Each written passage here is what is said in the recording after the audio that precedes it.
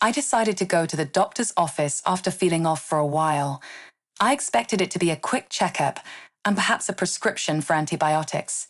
However, I was surprised to find out that my doctor was a woman named Dr. Evans. She had short blonde hair and kind eyes, and she greeted me warmly. After asking me questions about my health and lifestyle, she began to examine my body closely. Dr. Evans took a lot of notes during the examination, and after a few minutes, she sat down next to me. She informed me that I had a hormonal imbalance, which was causing some of the symptoms I had been experiencing. Although it was a treatable condition, it needed to be treated to prevent long-term damage to my health. Dr. Evans explained that my body was producing too much testosterone, and we would need to do more testing to confirm the diagnosis. If it was a hormonal imbalance, I would need to begin taking medication to balance out my hormones. She cautioned me that one of the side effects of the medication was that it could cause changes in my body, such as my appearance and mood. Despite feeling relieved that my condition was treatable, I was still a bit confused about what it meant for me. I was intrigued by the potential changes that the medication might cause, so I asked Dr. Evans. She hesitated before responding, explaining that the medication could sometimes cause a decrease in body hair and muscle mass, and could also lead to breast development. I was stunned and taken aback by the idea of developing breasts. It was a strange and unexpected thought, but for some reason it also felt exciting. Dr. Evans reassured me that these changes were all reversible and just a side effect of the medication. Over the next few weeks, I underwent a series of tests to confirm the diagnosis and determine the best course of treatment. The diagnosis was confirmed, and the best course of treatment was hormone replacement therapy. Despite Dr. Evans warning me about the potential side effects of the medication, I was still surprised by how quickly they started to appear. Within just a few days of starting the medication, I noticed that my body hair was thinning out and my muscles seemed to be shrinking.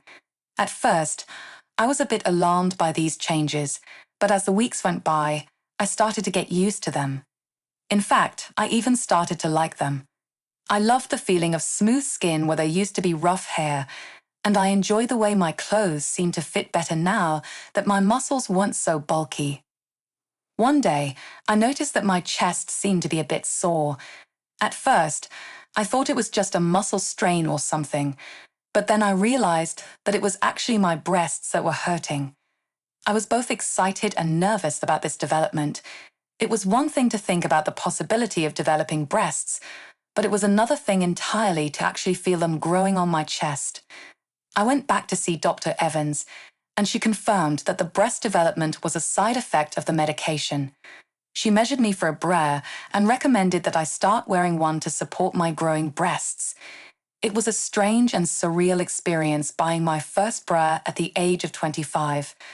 I felt self-conscious and a bit embarrassed, but at the same time, there was a part of me that was thrilled at the thought of wearing women's clothing. As I started to wear the bra on a daily basis, I began to notice other changes as well. My skin seemed to be getting softer, and my facial features started to look more feminine. I even caught myself admiring my reflection in the mirror, enjoying the way my body was changing. But even as I enjoyed these changes, I couldn't help feeling a bit confused and overwhelmed by everything that was happening. I had never considered the possibility of being anything other than a man, but now I found myself feeling increasingly drawn to the idea of femininity. I wasn't sure what any of it meant or where it was all leading, but one thing was certain: my life was changing in ways I could never have imagined.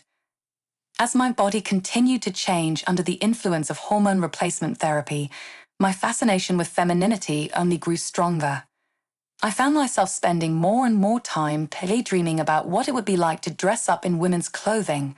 At first, I was too nervous to act on these impulses, but eventually my curiosity got the better of me, and I decided to experiment with some feminine clothing. I started small by buying a few pieces of lingerie online and trying them on in the privacy of my own home. It was thrilling to slip into a pair of lacy panties or a silky nightgown and see myself in the mirror looking more and more like a woman with each passing day. As I gained confidence, I began to experiment with other types of clothing. I bought dresses and skirts and wore them around the house when I was alone, relishing the feel of the fabric against my skin and the way the clothes hugged my curves. At first, I was afraid of getting caught. What if someone saw me dressed up in women's clothing? What would they think? But as time went on, I started to care less and less about what other people thought. I began to venture out of the house while dressed up, starting with short trips to the grocery store or the post office. I was nervous at first, worried that people would stare or make fun of me, but to my surprise, no one seemed to notice. In fact, as I gained confidence, I started to get compliments from people who mistook me for a woman. Although not everyone was kind, I tried not to let their negative comments get to me. I was discovering a part of myself that I had never known existed, and I was determined to explore it fully. As my wardrobe expanded, I began to experiment with different makeup looks as well. I watched countless tutorials on YouTube and practiced applying foundation, mascara, and lipstick until I felt confident enough to wear makeup in public. It wasn't long before I found myself spending more and more time dressed up in feminine clothing, sometimes spending entire weekends as my alter ego, a woman named Amanda. It felt like I was living a double life, and I loved it. But even as I reveled in this newfound femininity, as I continued to explore femininity, I couldn't help feeling conflicted. Was I really transgender, or was this just a phase? What would happen if other people found out? Despite my experimentation with femininity, I felt like something was missing. I wanted to have a female body, not just the appearance of one. I decided to make an appointment with Dr. Wilson, the doctor who had prescribed my hormone replacement therapy. I hoped that she could help me navigate my feelings and make a plan for the future. Dr. Wilson listened patiently as I explained my desire to have a female body.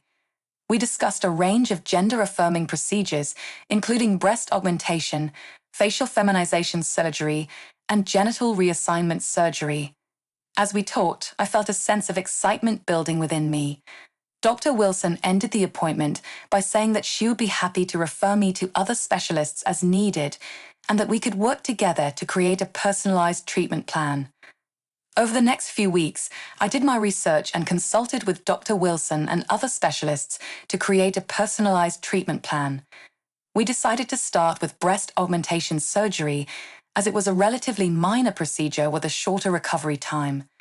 The procedure went smoothly, and I was pleased with the results. For the first time in my life, I had breasts that looked and felt like a woman's. As I continued down the path of gender affirmation, I faced challenges and setbacks. Not everyone in my life was supportive, and I had to deal with discrimination and harassment from strangers. But I also experienced moments of great joy and affirmation. I made new friends in the LGBTQ+ community, and I found support and acceptance in unexpected places. Today, I am proud to say that I am a confident, happy woman. I have completed several gender-affirming procedures, and I continue to work with doctors and therapists to manage my hormone levels and maintain my physical and mental health. It hasn't been an easy journey, but it has been a rewarding one. I've learned to love and accept myself for who I am, and I have found a community of people who love and accept me too. To anyone else who is considering gender-affirming procedures or exploring their gender identity, I would say this: be patient, be kind to yourself, and don't give up. It's a difficult road, but it's also a beautiful one, and in the end, it's worth it to live as your true, authentic self.